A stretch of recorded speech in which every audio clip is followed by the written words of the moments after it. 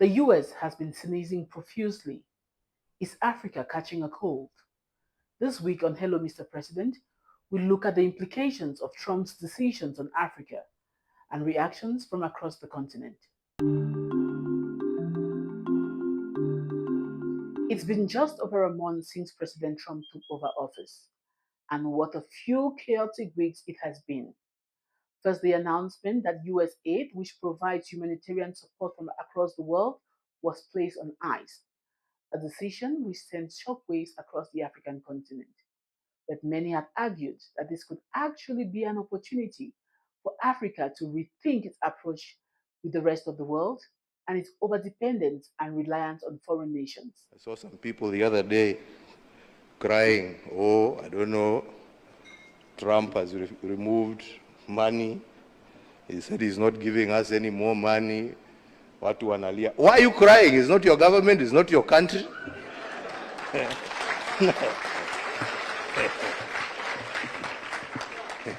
He has no reason to give you anything. I mean, you don't pay taxes in America. He is appealing to his people. Shauri yenu bwana. This is a wake-up call for you to say, okay, what are we going to do to help ourselves? Instead of crying, to Julius, what are we going to do? Haya ametoa hiyo pesa, sasa tutafanya namna gani jameni? What are we going to do? Yeah? To support ourselves. Because nobody is going to continue holding out a hand there to give you. It is time for us to use our resources for the right things. We are the ones who are using them for the wrong things. What is your opinion on the matter? Is the withdrawal of funds something we should celebrate as Africans if we are serious about the full and complete decolonization of Africa? Or can we truly expect to shove a pauper's plate in front of the world's biggest nations and not be bullied by them? Share your thoughts in the comment section. And do not forget to like, share, and subscribe to our channel. But don't be fooled. Foreign aid is not exactly charity. These are strategically designed programs to expand influence and control by one nation over another, protect domestic production and job creation for donor countries, and sway the laws and legislation of receiving nations.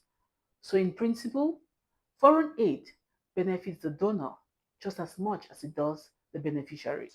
Actually, sometimes I say we have the diseases, they have the profits.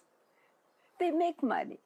The aid connects them to markets, and markets benefit American companies, and American jobs are created at home. So USAID is not just charity to African countries? No. It's mutually beneficial. American farmers, pharmaceutical companies, development contractors benefit just as much from foreign aid programs as do many Africans.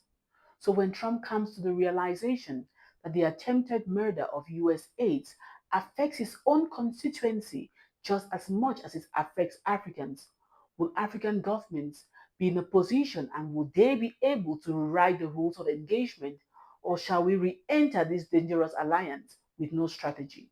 Mr. President, if we are serious about Africa's position in global affairs, we must use this setback to reflect on the urgency to secure Africa's resources, retain the raw materials everyone is rushing into Africa for, and translate that into industry that provides long-term economic growth, self-sufficiency, and infrastructural development.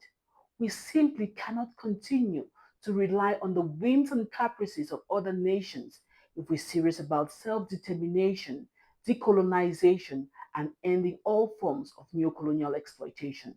Let's turn our focus now specifically on South Africa, where a Twitter message quickly turned into a diplomatic brouhaha. To break it down, Donald Trump and Elon Musk think South Africa is treating certain people very badly. But here is what you should know about South Africa's land laws. South Africa's land bill seeks to redress centuries of injustice created by the apartheid system. In fact, the minority white population still owns over 70% of the country's land. Dan Koda beautifully helps us understand where these privileges originated. How did white South Africans get so wealthy? South Africa is the most unequal society in the world. And it freaks me out how many South Africans complain about BEE, or they say 30 years of democracy, isn't that enough for you? In exactly that accent. And how little most South Africans know about economic apartheid, how far colonial and apartheid governments went to lift up white people and suppress people of color for hundreds of years. Your parents may have worked hard, very hard, but the paler their skin, the more they benefited from extraordinary government economic aid. So let's start in 1910, when the Union of South Africa was formed. Literally, the country was invented for the first time, and government policies affected everybody in the country. The Second South African War had just ended. It was between the Brits and the Boers, and the Brits won, but they wanted to unite all white people together, especially Afrikaners, because they'd been fighting each other and killing each other for years. And so immediately, they made it that no people of color could vote. Instantly, unite the white people, only they can vote, only they can control the making of the new country. Then in 1913, the Land Act made it illegal, impossible for black people to own land outside of reserves. That meant 93% of all land in South Africa was only available to white people. Then, in the early 1920s, poor white Afrikaners protested that most of big industry was dominated by British companies, and those companies were hiring skilled black workers over them. In response, the government funded enormous public works programs, like building the Hartbeespoort Dam, and they only hired poor white workers. They literally made programs to make jobs for poor white, particularly Afrikaner workers. Also in 1925, the Wage Act made a minimum wage for white workers but not black workers, and the government offered incentives to companies applying for tenders. The more white workers you employ, the more likely you are to win work. Let's jump to 1948, when the National Party returns to power and formalizes apartheid for the very first time. And the first thing they do is direct massive funding to social programs and welfare grants for poor white people, and slashed funding for people of color across the board. In the 1950s and 60s, the apartheid government fixed black people's pensions, which meant that as inflation increased, the value of those pensions got less. At the same time, white people's pensions increased dramatically. In essence, what Donald Trump is saying about South Africa is equality to the privileged is discrimination. The reality of the land reform law is it comes nothing close to what the EFF and MK parties are advocating for, which is a full land reform policy with expropriation without compensation. Donald Trump is not saying anything we have not heard from white people in all the hearings. I even commented and said, I'm still to meet a white person who supports expropriation of land without compensation. So why are you shocked? I see leaders of the EFF and everybody responding to Donald Trump. I don't have time for nonsense. I expected this. If South Africans are not ready to expropriate the land because they are scared of sanctions, they are scared of blacklead, then don't vote for the EFF. Because you vote for us, we are going to expropriate land. And Donald Trump will come for us. And Britain will come for us. And the EU will come for us. For everything good comes the pain before. If you're not prepared, South Africa, to take the pain, then forget about the land. Donald Trump has not said anything extreme. Things are still going to come. I hope the Zuma group in the ANC, which is supporting this thing, they know the consequences. We know the consequences. We know that the first response will be killing. They will kill us for that. Death is the first price we are prepared to pay. The second price we are prepared to pay for this land is poverty. They will close taps. But if there is a conviction, and not sloganeering and public opinions, then we must be prepared for everything. It's a war. We must be prepared for Donald Trump and all of them. We're not scared of them. We remain unshaken. Actually, we are more determined after the Donald Trump tweet to expropriate our land without compensation. There is no white genocide here. It's an absolute rubbish to say there is white genocide. There is black genocide in the USA. They are killing black people in the USA. There is black genocide here in South Africa. Black people are being killed all the time. There is no scientific evidence that points to any white genocide in South Africa. It's not true. And we're not scared of such things. We're not going to be distracted by anyone. Only death will stop us. Not Trump, not poverty, not sanctions. We have all of them in our mind. We know the consequences of what we're asking for. We know it. And it's not like we're going into this thing without knowing the consequences. The Trump government perhaps trying to send a message to South Africa that you should never ever consider land expropriation without compensation. You should never think of causing any distress to the white population. Otherwise, you would come under the full wrath of the US anger, a tactic which the US government seemed to have used in the past.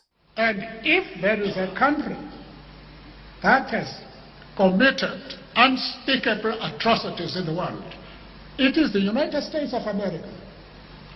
They don't care. They don't care for human beings. 57 years ago, when Japan was retreating on all fronts, they decided to drop the atom bomb in Hiroshima and Nagasaki. Killed a lot of innocent people who are still suffering from the effects of those bombs. Those bombs were not aimed against the Japanese. They were aimed against the Soviet Union to say, look, this is the power that we have. If you dare oppose what we do, this is what is going to happen to you. Because they are so arrogant, they decided to kill innocent people in Japan who are still suffering from that. Who are they now to pretend that they are the policemen of the world? Several fractions of South African society have spoken up against the attempts by the US government to intimidate South Africa and its interference in domestic South African affairs. President Ramaphosa said, South Africa will not be bullied. But this is where it gets interesting. The Afrikaans community, represented by its lobby group AfriForum, said they will not take President Trump up on his offer for refugee status. But who would live the privileged life that the white community enjoys in South Africa to take up refugee status anywhere in the world? But it gets even more interesting. In defense of the opposition against Trump's offer, the Afrikaans community said they cannot let go of Africa because Africa is in their blood. But Africa cannot be in your blood when you constantly look to your counterparts in the West to punish African governments for legislation that seeks to uplift all Africans. When Kwame Nkrumah said, I am not an African because I was born in Africa, but Africa was born in me, he said so for moments like this. We cannot be African only when it's convenient. We cannot be Africans only when it is suitable for us or when we are the benefactors and other races are inferior. We cannot be Africans when we constantly leverage our race to penalize others. I am an African when things don't go as planned, when laws don't go as expected. I protest, I petition my government, I demonstrate. You simply cannot be an African when your loyalties are elsewhere.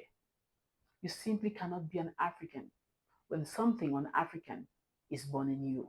500 years since the first slaves were taken off the shores of Africa, and almost 200 years since the first of them became free, Africans all over the world are constantly reminded of who they are and where they come from.